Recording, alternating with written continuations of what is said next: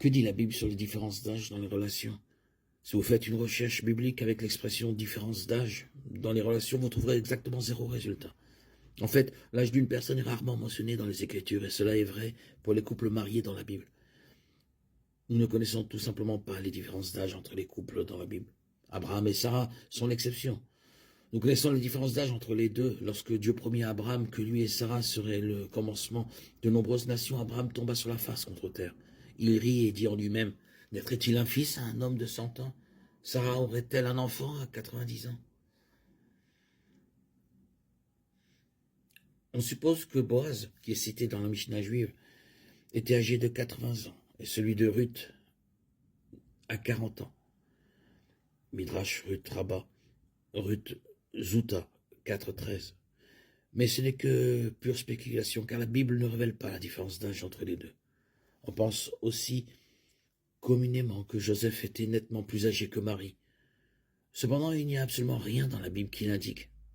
Étant donné le silence de la Bible sur la question, nous pouvons dire qu'en fin de compte, les différences d'âge dans les relations ne sont pas une préoccupation majeure pour Dieu. L'âge peut évidemment être important dans un mariage, mais il est bien moins important que d'autres questions telles que le salut, la maturité spirituelle, la compatibilité.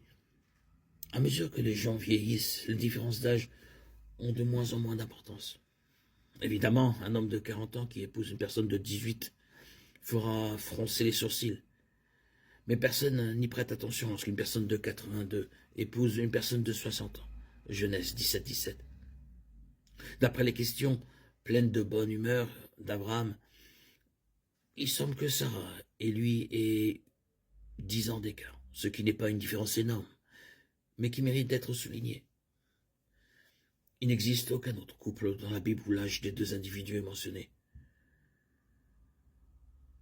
Lorsque Ruth demanda à Boaz d'être son parent rédempteur, Boaz répond « Que l'Éternel te bénisse, ma fille.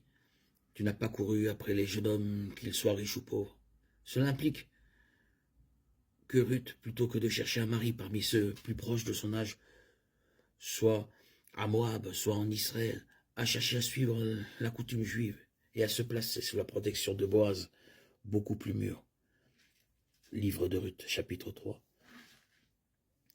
La personne que nous épousons doit être du sexe opposé et elle doit être croyante en Christ. Genèse 2, 21-25, 2 Corinthiens 6, 14. Et bien sûr, nous devons nous marier pour les bonnes raisons. La convoitise et la cupidité étant des raisons inappropriées. Au-delà de ces directives, nous avons une certaine liberté quant au choix de la personne avec laquelle nous nous marions. Les différences d'âge sont une question de considération et nous devons certainement demander de la sagesse lorsque la différence est grande. Jacques 1,5. La Bible ne traite pas les différences d'âge comme une question morale ou spirituelle.